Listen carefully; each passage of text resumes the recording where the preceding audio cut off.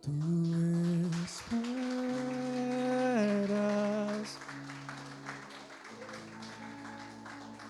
teu Espírito me chama e eu vou. Glória a Deus. Boa noite, amada igreja. Shalom para todos. Como está o teu coração nessa noite? Como está o teu ambiente de adoração?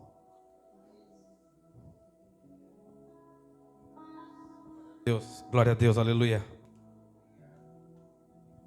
Às vezes, Deus vem com uns papos estranhos para nós.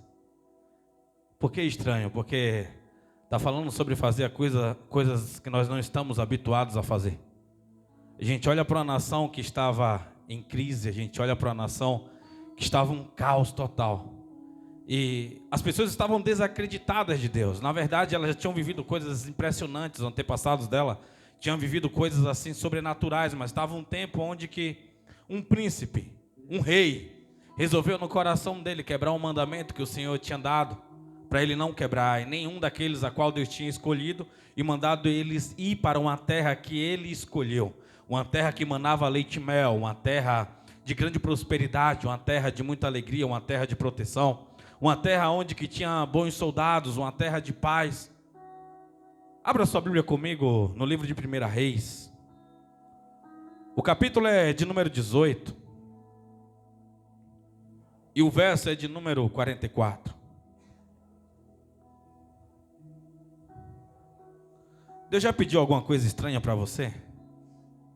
Eu acho que não é normal alguém mandar você ir no cemitério cheio de ossos e profetizar os ossos. Eu acho que não é normal alguém pedir para você ir pregar salvação para aqueles que mataram os seus pais, como Jonas foi pedido. Eu acho que não é normal alguém pedir para você ir para uma terra, para você passar por uma tempestade no meio do mar, onde tem risco de morte. Então sim, tem uns pedidos estranhos da parte de Deus, só que quando nós não entendemos, nós queremos responder na alma, dizendo que nós não compreendemos, nós não entendemos e nós não podemos confiar nele nessa dimensão, nessa esfera. Porque nós achamos que somos normais, achamos que as coisas virão muito claras, achamos que as coisas virão muito fácil, como se o pacto um dia que nós fizemos com ele um dia fosse facilitar a nossa vida. Não, é muito diferente. 1 Reis 18, quem achou dá um glória a Deus bem forte. Então vá até o verso de número 44. 41, vamos lá. Glória a Deus, aleluia. Elias, eu sempre prego sobre Elias e raramente a mensagem é igual pregada. Porque sempre tem algo diferente para ser extraído. Elias para mim é um profeta referência pelos problemas emocionais a qual ele passa. E eu gosto quando Tiago, um homem de Deus, um apóstolo, fala: ei, Elias, um homem sujeito à paixão como nós. Ele está falando, Elias não era diferente de mim e de você. O que muda em Elias não é Deus apenas escolhê-lo, assim como ele nos escolheu, amém? Mas é a resposta que Elias dá a Deus. Por isso que a Bíblia diz que muitos são chamados, mas poucos são escolhidos. Diz assim, verso 41 do capítulo 18 de 1 Reis. E Elias disse a Acabe: vá comer e beber, pois já ouço o barulho de chuva pesada. Então Acabe foi comer e beber. Mas Elias subiu até o alto do Carmelo, dobrou-se até o chão e pôs o rosto entre os joelhos. Vá e olhe na direção do mar, disse ao seu servo, e ele foi e olhou. Não há nada lá, disse ele. 7 vezes Elias mandou, volte para ver. Mas na 7ª vez o servo disse: uma nuvem tão pequena quanto a mão de um homem está se levantando no mar.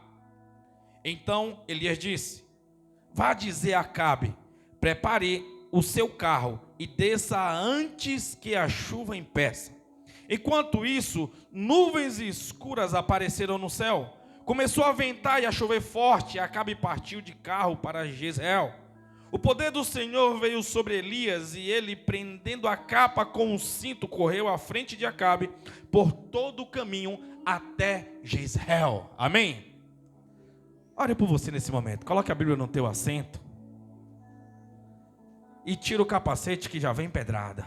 Amém? Deus vai te pegar nessa noite. Não é para colocar não, é para tirar, porque nós precisamos estar desprotegidos para Deus.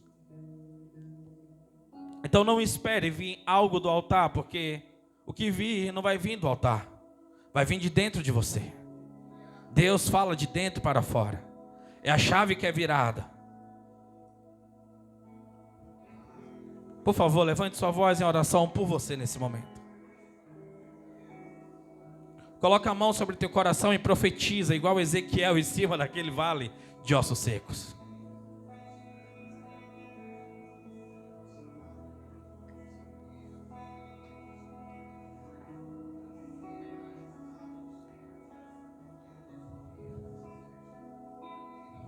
Sim, Jesus, te amamos.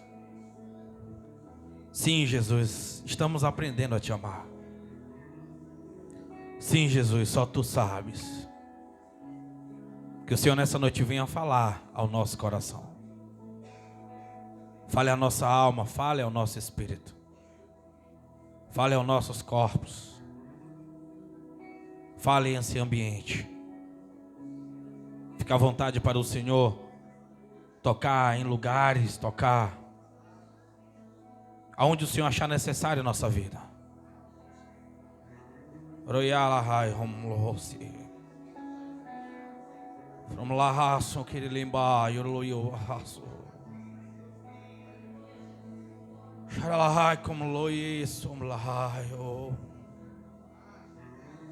Fica à vontade, Senhor. A casa é tua. Fala tu, não eu. Podemos assentar em nome de Jesus. Igreja, em meio à crise, em meio ao caos, aquele povo estavam vivendo de forma dissoluta, como se Deus nunca tivesse falado a alguém daqueles que estavam ali, como se Deus não tivesse levantado Samuel, como se Deus não tivesse levantado a Davi, como se Deus não tivesse levantado a Salomão, como se Deus não tivesse levantado a Ela, a Zirrim, como se Deus ele tivesse esquecido e não tivesse de maneira alguma levantado aqueles reis, como se Deus não tivesse levantado o próprio Acabe, que agora estava ignorando. Porque Deus ele te levantou em algum momento da sua vida, você foi levantado por Deus para uma missão específica. E só porque aquela missão específica terminou, não quer dizer que a sua utilidade também acabou. Tem pessoas que acham que o preço dela é orar para a convenção da família. Tem pessoas que acham que o preço dela é orar por uma cura específica. Tem pessoas que acham que o preço dela é orar por um emprego, é orar por algo específico e encerrou. Não. A vida ela é composta de processos. E cada processo ele virá de forma mais difícil, porque nós estamos sendo estruturados pelo próprio Senhor. Nós não sentiremos. Tem provas que eu passei lá atrás, que parecia um gigante como Golias, de 3 metros de altura, com aproximadamente meia tonelada. Mas hoje eu olho e falo, como aquilo um dia pode ter sido um gigante na minha vida? E assim é a nossa vida, só que nós gostamos de sentir segurança. De alguma maneira nós gostamos de sentir confortáveis naquilo que Deus está pedindo. E Deus olha para Israel e vê aquele povo vivendo como se ele não existisse. Deus fala lá no livro de Deuteronômio, olha, vocês vão para a terra prometida, mas a ordem é, não se casem, homens, não se casem com mulheres estranhas. Não se casem com mulheres fora do arraial, fora daquilo que eu chamei e disse que era um padrão para vocês. Mulheres, não se casem com homem pagão. Mas a gente vê aquele povo dizendo, não é bem assim. Porque dentro do arraial eu não achei ninguém que fosse bonito aos meus olhos. Dentro do arraial eu não achei alguém que suprisse a minha caridade. Olha, a minha carência, perdão. Olha, afinal eu preciso ser feliz. Porque a Bíblia diz que não é bom que o homem esteja só. Eu sinto a necessidade do meu corpo, eu tenho minhas necessidades fisiológicas. Eu tenho as minhas necessidades sexuais, e assim sucessivamente vão criando castelos de argumento, até que acaba e faz a mesma coisa e diz: é o seguinte, eu achei uma mulher linda, eu achei uma mulher bela, achei uma mulher que sabe conversar, eu encontrei uma mulher que consegue entrar em qualquer reino, e todos obedecem, todos a respeita. E ele traz Jezebel para dentro do trono. Jezebel com poder de persuasão. Jezebel, uma mulher que serve a demônios. Ela é citada quase na Bíblia toda. Até no livro de Apocalipse essa mulher é citada. Você consegue entender? Quem foi que escolheu ela? Não foi ninguém mais, ninguém menos que um rei. Alguém que foi criado dentro da linhagem da família de Davi. Ele tinha um sangue azul de Davi. Ele tinha um sangue do homem segundo o coração de Deus. Mas agora ele resolveu no íntimo dele dizer: Senhor, eu não concordo contigo nessa parte. Eu não sei como você tenta convencer a Deus para suprir as suas carências. Eu não sei quais são os argumentos que você usa diante de Deus. Não é só sobre pessoas que você escolhe para estar do seu lado, mas é sobre toda a sua vida, é sobre toda a nossa história. Coisas que nos impedem, coisas que nos param, coisas que nos separam de Deus, coisas que deixam Deus distante de nós, coisas que nosso íntimo deixa nós desabilitarmos Deus de áreas. Se você soubesse e confiasse no que Deus tem guardado para você. Por mais que no fundo você seja alguém que esteja negando, dizendo: não, o que eu tinha que viver eu já vivi. Não, você não viveu uma terça parte daquilo que Deus tem reservado para você. Tem uma história linda construída pelo dedo dele. E por que não está acontecendo? Por decisões que parecem ser tão tolas.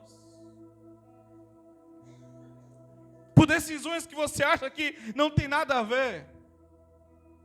No inferno, eu imagino uma parede gigante escrita a fogo. Nada a ver. É um nada a ver que está escrito lá no inferno, que vai fazer muitos ficarem olhando para a eternidade. Isso não é para você ter um medo do inferno, por favor. Pior do que o inferno é você não conseguir encontrar a realização no Senhor aqui nessa terra. Tão rápida e tão provisória, tão passageira, tão singela. A Bíblia diz que é como uma névoa que logo se passa. E nós, no fundo, queremos ser felizes com o padrão ou sem o padrão de Deus. Com a bênção ou sem a bênção de Deus. Tem alguém aqui comigo? Vocês estão muito sérios. Vamos lá.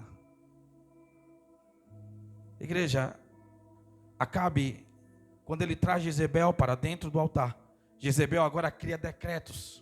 E um dos decretos agora é: as 3 principais festas que era entregue ao Senhor, ela resolve agora no íntimo dela, ela resolve agora fazer um decreto dizendo: não haverá mais essas festas. Tirem as festas de Pentecoste, tire a festa da Páscoa, tire a festa do tabernáculo. As 3 festas que era dada ao Senhor agora não existe mais. Por quê? Os templos do Senhor agora estão empoeirados. Os altares estão todos derrubados. Agora tudo que era levado em adoração ao Senhor, agora é levado em adoração a Baal, o Deus da fertilidade, o Deus que traz uma grande colheita, o Deus que traz riqueza aos cofres, o Deus que traz a alegria do prazer. Baal é um senhor, mas é um senhor com S minúsculo. Baal é um Deus, mas é um Deus com D minúsculo. Não é um Deus Adonai, não é um Deus El Shaddai, não é um Deus Rafá, não é o Elió, não, o Elion, não. Eu te pergunto nessa noite: quem é o teu Baal? Quem é o teu Senhor? E o que Ele está pedindo que você está entregando no altar dEle? Eu conversava com um amigo meu ontem, ele dizia: Diogo, é o seguinte, as pessoas de hoje, elas não estão nem aí para as coisas de Deus. E é interessante, porque eu conversava com um amigo meu há um tempo atrás, ele falando comigo, e falava assim: cara, você tem que voltar para o Senhor, você tem que voltar a servir Satanás, ele quer destruir a tua vida. Aí ele falou que o amigo dele disse assim, não, cara, Satanás não está nem aí comigo, eu sou dele, eu pertenço a ele. Ele está preocupado com vocês que é inimigo deles. Eu faço a vontade dele, tudo que ele está pedindo, eu resolvo servi-lo para poder suprir as minhas carências. Ele, cara, você foi criado na igreja. Ele falou, sim, eu estou falando com clareza, porque eu entendo e sei. Eu estou do lado dele, estamos lado a lado. Ele está preocupado com vocês que são cristãos, vocês são do time inimigo, vocês são representantes do Senhor, o grande inimigo dele. O resumo é, não dá para você brincar de ser filho. Dentro do teu sangue tem, dentro do teu DNA tem um sangue do Senhor. No teu sangue tem um DNA do Senhor. Nos teus ossos tem um DNA do Senhor. Os inimigos sabem, eles não vão brincar com você. Vocês são inimigos, nós somos inimigos do reino das trevas. Lavados e remidos pelo sangue do Cordeiro. Ele não vai brincar com a gente, não vai brincar com você.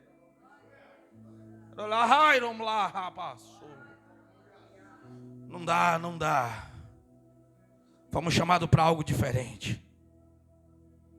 Jezebel agora levanta adoração a Baal. Os templos que eram do Senhor agora é templo a Baal. E durante o ano existia uma adoração de 24 horas. Eu quero que vocês me escutem e prestem atenção agora aqui. Durante essas 24 horas de adoração a Baal, era válido tudo. Começava sexo entre homens e mulheres. Era entregue crianças para serem violentadas durante essa adoração. Eles faziam sexo com animais. E nos últimos minutos ali de adoração, eles traziam cadáveres para ter relação sexual. Você consegue entender o nível e o fedor que subia daquele lugar às narinas de Deus? Era esse nível de adoração.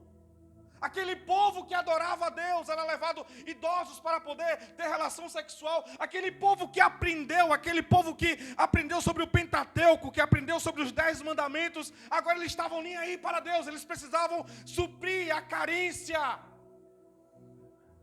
Eles precisavam da colheita, já que eu não tenho a bênção do Senhor, eu preciso ser feliz. Esse era o cenário, você consegue entender? Eles tomavam o sangue, eles se melavam no sangue, ele comia pedaços de carne de animal cru, você consegue? Esse era o cenário, eu quero que você entenda. E naquele dia, durante aquela adoração de 24 horas, tinha 7.500 joelhos que não se dobravam a Baal. Glória a Deus, sim ou não? É glória a Deus e não glória a Deus. Porque tinha 7.500 joelhos que não se dobravam a Baal, mas também tinha 7.500 joelhos que estavam escondidos na caverna. Tinha 7.500 joelhos covardes. Tinha 7.500 joelhos que não queriam se envolver. Tinha 7.500 joelhos que, sim, eles iam fazer adoração escondidas, mas eles não tinham coragem de confrontar o reino das trevas. Afinal, Jezebel era poderosa. Afinal, Baal é poderoso. Você consegue entender o que você está se tornando na sua casa? Você está dizendo não adora Satanás. Você está dizendo aqui em casa não entra alguns tipos de música, não entra alguns costumes, mas você ainda não se posicionou na guerra como filho, como um guerreiro, como alguém que ama o Senhor e os mandamentos, alguém que ama o Senhor e ama aquilo que Ele chamou você para fazer.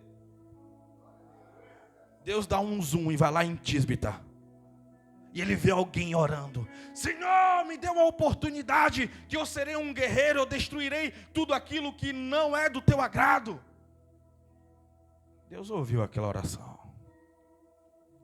O nome desse profeta é Elias. Alguém que foi criado com os pais que amavam a Deus e passaram aquela paixão para Elias. No dia que Elias foi apresentado, que ele chega no cartório, o homem vai lá e fala assim: ei, como você vai apresentar como vai ser o nome desse menino? Só o Senhor é Deus. Como? Só o Senhor é Deus. Esse é o significado do nome Elias. Você consegue entender a paixão de tudo aquilo que é criado, de tudo aquilo ali que é feito, de tudo aquilo ali que é entregue ao Senhor? Vamos lá. Deixa eu voltar aqui, senão vou me perder aqui. Tem muita coisa gostosa para a gente poder falar ainda essa noite. E já já nós concluímos a introdução para poder entrar na mensagem. Amém? Só o Senhor é Deus. Elias, ele é altamente apaixonado pelo Senhor. Elias, ele se veste diferente. As vestes dele é com um pelo de camelo. A voz dele era diferente. Ele ele era um cara que colocava medo no olhar dos Baalins. E no dia daquela adoração, tinha 7.500 joelhos acovardados. Elias, ele resolve chegar diante do templo.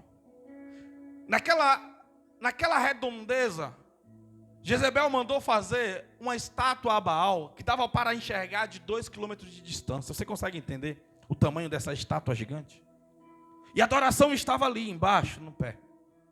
Acabe, ele chega, está sentado no trono, vendo toda aquela adoração a Baal. De repente chega Elias, com a sua veste diferente. Ele aponta para a estátua e diz: esse é o Deus de vocês? Este daí é um Deus? Acabe, sim, certamente é o nosso Senhor. Você consegue entender um homem que foi criado, um homem que ouviu falar sobre o Deus de Davi, o Deus das canções, o homem que ouviu falar sobre a arca, sobre a aliança, e agora ele está dizendo que o Deus dele é Baal? Elias fala bem assim: para mim ele não é um Deus, para mim ele é qualquer um. Quando você tem uma identidade diferente, em seguida Elias fala bem assim: segundo a minha palavra, não cairá uma gota de chuva, não cairá uma gota de orvalho, até que eu diga novamente. A partir do momento que ele libera um decreto, presta atenção. A partir do momento que você levanta a sua voz, a partir do momento que você profetiza algo, existe algo chamado processo que se inicia a partir daquele momento. Você quer mudar a sua história? Sim ou não? Então, aprenda algo aqui. É necessário você fazer algo que ninguém pode fazer por você. Nenhum pastor, nenhum guru, nenhum apóstolo, nem o próprio Deus pode fazer por você. É algo chamado decisão. Decidir a consertar, decidir a se encontrar, decidir a amar, decidir se arrepender, decidir ter um encontro genuíno, um encontro claro com Ele.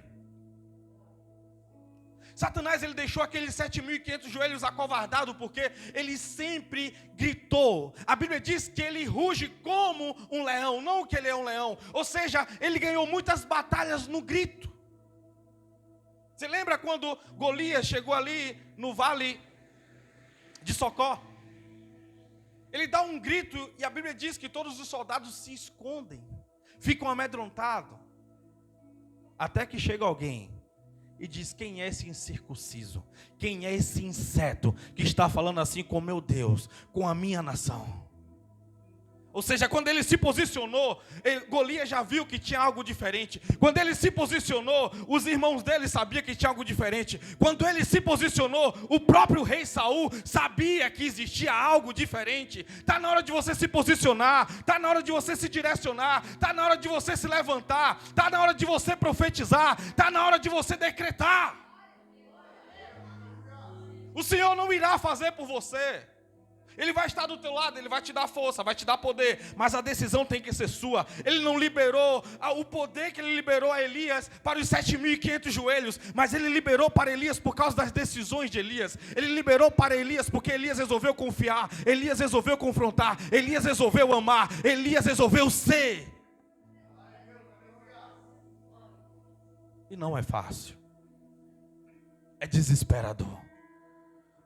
Porque Elias, ele só não se resolveu com os Baalins, ele colocou em crise os amigos, ele colocou em crise a família, ele colocou em crise toda a nação. Você consegue entender que quando você decreta algo na tua casa, eles vão entender que existe uma voz profética, vai ser tocado todas as áreas de todo mundo, porque é necessário reorganizar o altar.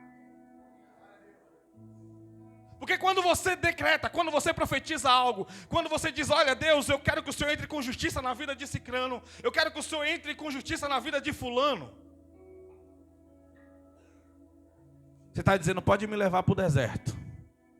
Porque quando ele disse, não vai chover, segundo a minha palavra, Deus disse, Elias, eu tenho um deserto para você. Eu já dei ordem aos corvos. Tem um ribeiro que vai te dar água, chamado Querite. Mas ainda é um deserto. Ainda é um lugar separado. Você consegue entender? Você vai ter que entrar no processo. E são 3 anos e meio. Eu quero que você entenda. Muitos até profetizam, mas não suportam o deserto. Muitos até ficam encantados, mas não suportam o deserto. Muitos querem até ouvir as nuvens, quer ouvir os trovões, quer enxergar as nuvens, quer ver o fogo descendo do céu e queimando o altar. Mas poucos querem ir, ficar sentado em um ribeiro, esperando um corvo trazer carne. Vamos lá. O que mata o propósito dos irmãos é querer rejeitar o processo do propósito. Didático. Olha para o irmão de trás, o irmão do lado diz, não para de fugir do processo.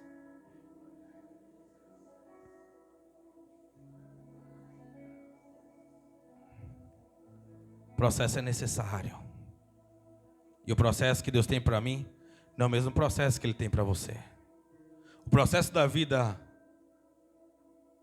de Davi não foi o mesmo processo que foi da vida de Salomão. E parece que os processos fáceis deixam as pessoas frágeis. Os processos difíceis de Davi fez com que ele se tornasse um grande guerreiro. E no dia que facilitou, ele tomou decisões erradas. E quando chega a vez de Salomão, o Senhor fala, não haverá guerra no teu tempo. Quando chega na vez de Salomão, Deus diz, haverá muita prosperidade. É através da facilidade que existe a fragilidade, ao ponto de Salomão também já começar a trazer outras pessoas, trazer mulheres estranhas e ser criado um anel. Este anel, que é aquele anel diferente, ele tira o símbolo, a simbologia da estrela de Davi, e agora ele gera outra simbologia que é usado até hoje na maçonaria.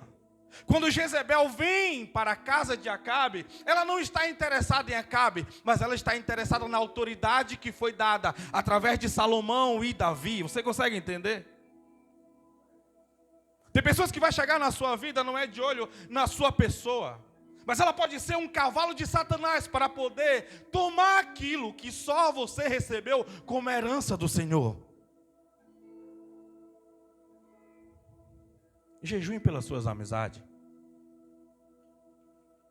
Jejue pelas pessoas que você quer colocar na tua casa. Para você ter sensibilidade. Senhor, revela as pessoas quem são do meu lado. Você vai ver como Deus vai revelar. Aí você vai ver como você está como Elias só. Porque os processos é necessário você passar sozinho. E como nós queremos ter a graça de alguém que esteja lutando a mesma batalha que nós. Vamos lá.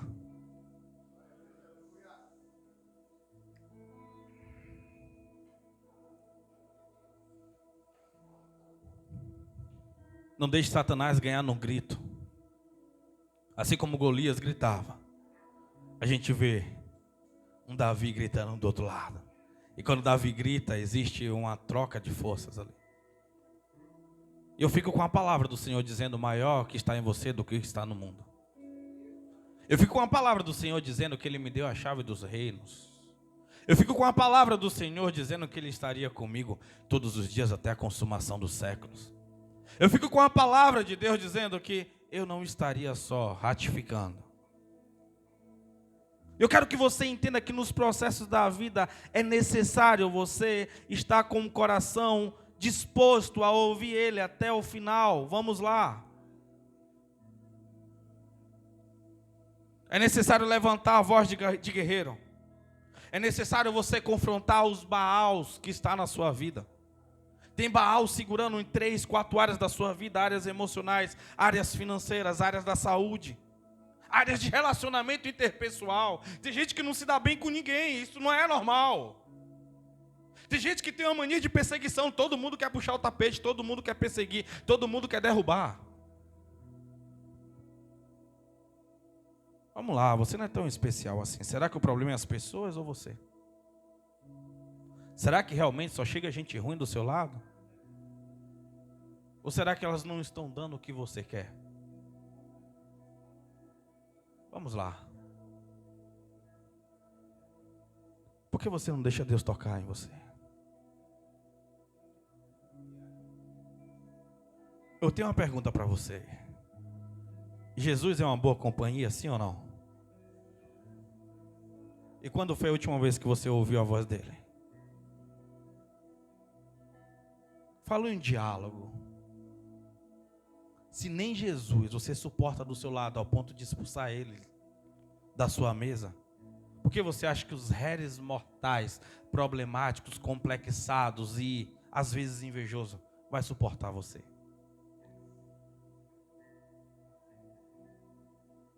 Sabe, a gente tem que aprender a configurar o nosso coração. A gente tem que aprender a deixar Deus tocar no coração, a tocar naquilo que nós não queremos que seja tocado. Não seja como aqueles 7.500 joelhos acomodados. Mas acorde para a guerra. Acorde para a batalha, entenda. Deus abre a minha visão, Deus mostra as minhas fragilidades, as minhas necessidades, os meus medos, os meus orgulhos, as minhas vaidades. Mostra tudo aquilo que está me afastando de ti. Eu não quero ser um profeta covarde. Eu quero ser um profeta como Elias, no auge do sucesso de obediência. Elias estava disposto a enfrentar Baal, mas não estava disposto a enfrentar Jezebel. Você consegue entender? Porque ele era muito bom em batalha espiritual, mas era muito ruim em relações interpessoal. Vamos lá. Você não pode conversar apenas em uma linguagem que só você entende ou os céus entendem. É necessário você ter o poder de amar as pessoas. É necessário você aprender a ouvir o outro lado sem se contaminar. Sabe como a garça anda no meio da lama e não se suja? Você tem que aprender, não é sobre você ficar no deserto, que você foi para o deserto. Existe 2 desertos, um deserto de Querite, que Deus disse, Elias vá. Um deserto de Serepta, que Deus disse vá. Um deserto de Carmelo, que Deus disse vá. Mas existe um deserto por causa de uma ameaça que ele vai sozinho. E quando ele vai para esse deserto sozinho, Deus diz, Elias, o que você está fazendo aí? Hoje eu vejo aqui pessoas que Deus está falando, o que você está fazendo da sua vida nesse deserto? Por que você está caminhando nessa direção? Por que você está fugindo de Deus? Elias só não estava fugindo de Jezebel, ele também estava fugindo de Deus, porque Deus disse, eu quero você em Jezreel. Deus disse, eu quero você em Damasco. Mas ele falou, para Damasco eu não vou, para Jezreel eu não fico. Eu vou para onde eu posso proteger, guardar a minha vida. Eu não quero continuar próximo a Jezebel. Eu não quero continuar próximo a ameaças. Eu não quero continuar sozinho. Você vê um guerreiro que foi levantado com uma força incrível. Você vê um guerreiro que dá ordem à morte. E a morte vai embora de uma criança. Você vê um guerreiro dizendo, eu tenho poder da natureza, não vai chover e não choveu. Vai chover e choveu. Você consegue entender? Ah, Elias, se você soubesse o que Deus guardou aí dentro e conseguisse continuar num caminho de obediência. É você, eu estou pregando para você. Elias já morreu. Perdão, Elias não morreu, ó. Sim ou não? Elias não morreu, vai morrer ainda. Mas ele foi tomado aos céus. Elias não está mais aqui, melhor. Mas você está aqui. Eu não estou pregando para Elias. Eu estou pregando para você. Essa palavra aqui é para você, não é para o irmão que não veio, é para você. É para você. Toca para o irmão lá e diz: ei, ele está pregando para mim. Né?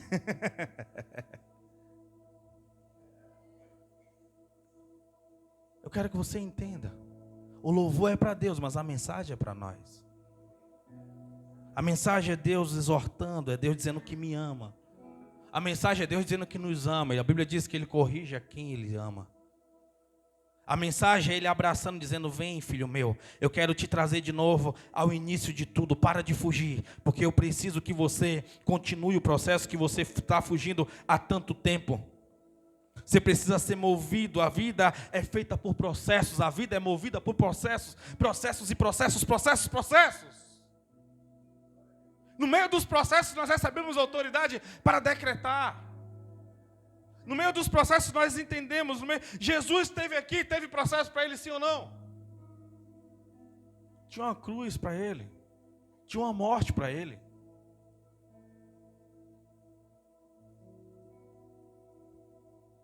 Tinha um amigo disposto a traí-lo. Não só um, mas 12. Perdão, 11. Um ficou até o final, João.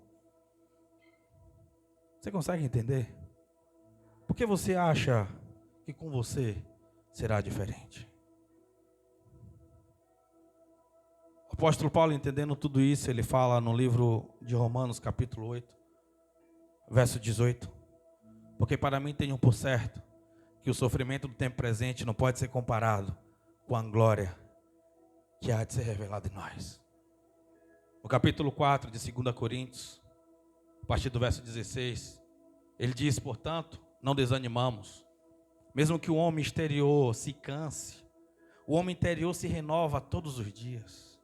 Porque essas leves e momentâneas tribulações produzem em nós um eterno peso de glória, acima de todas as coisas. Portanto, não coloque os olhos naquilo que é passageiro. Portanto, não coloque os olhos naquilo que é visível, porque tudo que é visível é passageiro. Mas coloque os olhos naquilo que é invisível, porque o invisível é eterno. Ele está dizendo: ativa a fé, usa a fé, guerreiro, usa a fé, guerreira, permaneça, vamos lá, não desista, não pare, o Senhor tem algo para nós. Você consegue entender?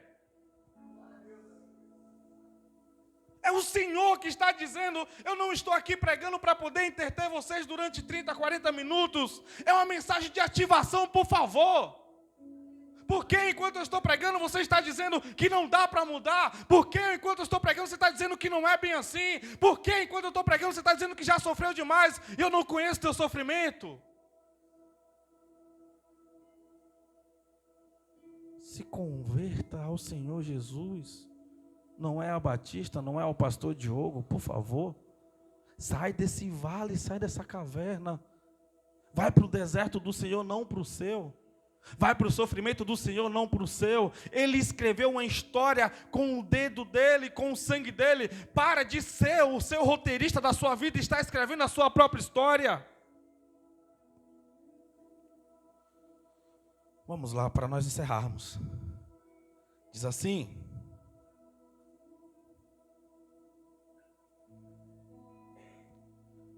tudo que você começa, tudo que você fala, primeiro começa em você. Quando Elias fala isso, parece que nada acontece. Quando ele fala que não vai chover, quando ele fala que não vai cair uma gota de orvalho, eu imagino Acabe rindo e zombando: ó, que ele está falando, Baal. A orgia continua naquele lugar. Ele vira as costas e Deus fala: vai para Querite. 2 dias sem chuva faz falta? 1 mês sem chuva faz falta? 2 meses sem chuva faz falta? Começa a mudar algumas coisas. Os pastos verdes, já começam a ficar um tanto amarelado. Algumas coisas começam a virar cinza. Animais começam a emagrecer porque não tem mais aquele pasto bonito. Agora aqueles trigos já não estão mais tão bonitos, tão belos. As hortas já não estão mais belas. E alguém no meio daquilo tudo fala: lembra daquele louco que vestiu a roupa de camelo, que disse que não ia chover, segundo a palavra dele? Para com isso, você está doido, rapaz. É normal, já ficou tanto tempo sem chover, depois vai voltar a chover. 6 meses, nada de água. 1 ano, animais morrendo. O país entrando em crise. Está uma loucura. 2 anos, até o 3º ano acaba e vai lá e diz: ei, tem um decreto. Ache o tal do Elias, e a vila que esconder ele, o povoado que esconder ele vai morrer. Então é para dizer aonde ele está. A palavra profética agora veio. Eles se separam buscando ele. Eu quero Elias, vamos Elias, Elias apareça. Um decreto muda toda uma nação quando alguém resolve amar. Um decreto muda toda uma família quando alguém resolve amar. Quando alguém resolve permanecer no processo de Deus. Um decreto. Você acha que você está ouvindo essa palavra à toa? Você acha que isso que está escrito é apenas uma história? Um decreto.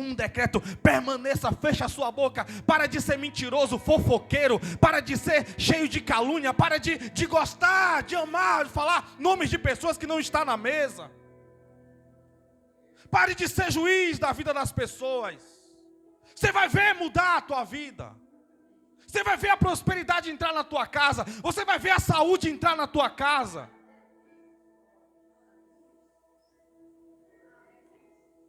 É mais fácil pedir para orar plantando bananeira, né?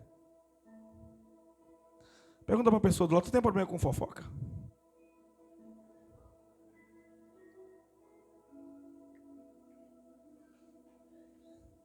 Quem é fofoqueiro tem um fio de cabelo na mão, aqueles caras, né? Sabe, vou te falar um negócio. É o pecado que é liberado dentro das igrejas. E é o que mais atrasa a crente. Você precisa fazer um jejum. Para ser curada, para ser curado. Porque isso não é um problema normal. Porque todos fazem, não quer dizer que é algo comum. E é legal, às vezes, comentar sobre o pecado de alguém que não está na roda, quando você, na verdade, começou a gerar um novo pecado.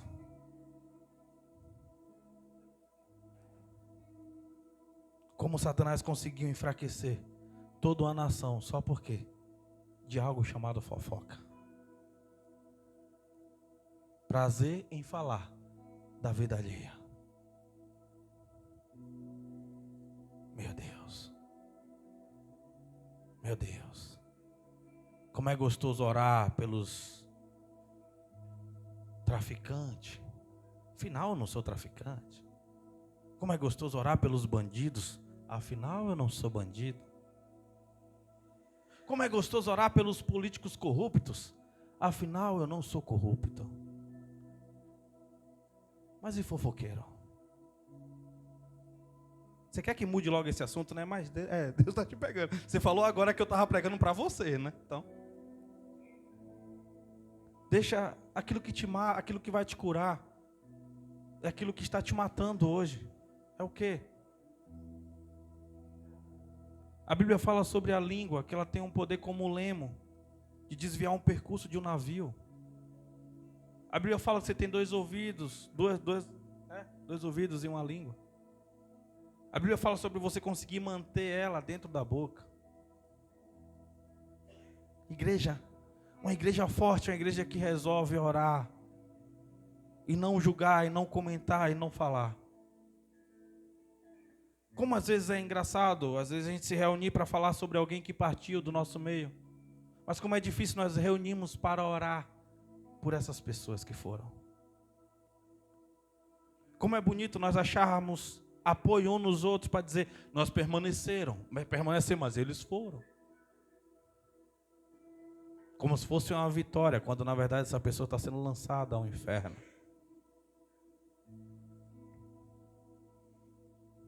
É um assunto chato, né? Mas se você não tivesse problema com isso, Deus não estaria falando isso aqui. Poderia estar falando sobre as quartas dimensões sobre as cores da roupa dos anjos, sobre a cor dos olhos dos anjos, sobre a função de cada um, de cada guardião. Mas Deus não permite essas pregações aqui, porque primeiro nós precisamos ser reconstruídos. Primeiro precisamos ser reconectados à videira verdadeira. Não está faltando pregadores na igreja, não está faltando louvorista na igreja. Está faltando pessoas que resolveram amar a Cristo. Está faltando pessoas que resolveram viver para o Senhor, amando ao Senhor. E para nós encerrarmos, durante os 3 anos que Elias estava, misericórdia, 50 minutos de pregação. Durante os 3 anos que Elias estava no deserto, até a capa dele mudou, porque é o processo. Eu quero que você entenda que todo deserto tem um começo, mas também todo deserto tem um fim. Vamos lá. Tem pessoas que morreram no deserto, sabe por quê? Porque elas resolveram rejeitar o processo. Quando aquele povo sai do Egito para a terra prometida, sabe quantos dias daria de caminhada? 11 dias. Sabe quanto tempo passaram? 40 anos e não chegaram. Porque resolveram não entender o processo. O próprio Jesus, depois que ele foi conclamado Filho de Deus, a Bíblia diz que o Espírito Santo conduz ele ao inferno, e ele fica lá durante 40 dias e 40 noites, e nos últimos dias quem chega para ele não é o Espírito de Deus mais uma vez, mas é o próprio Lúcifer, tentando, dizendo: ei, você está com fome, você está com sede, ei, desista. Pare. Mas a Bíblia diz que ele venceu em todas as coisas. E quando ele venceu, aí sim chegou um anjo para ele, com um grande banquete.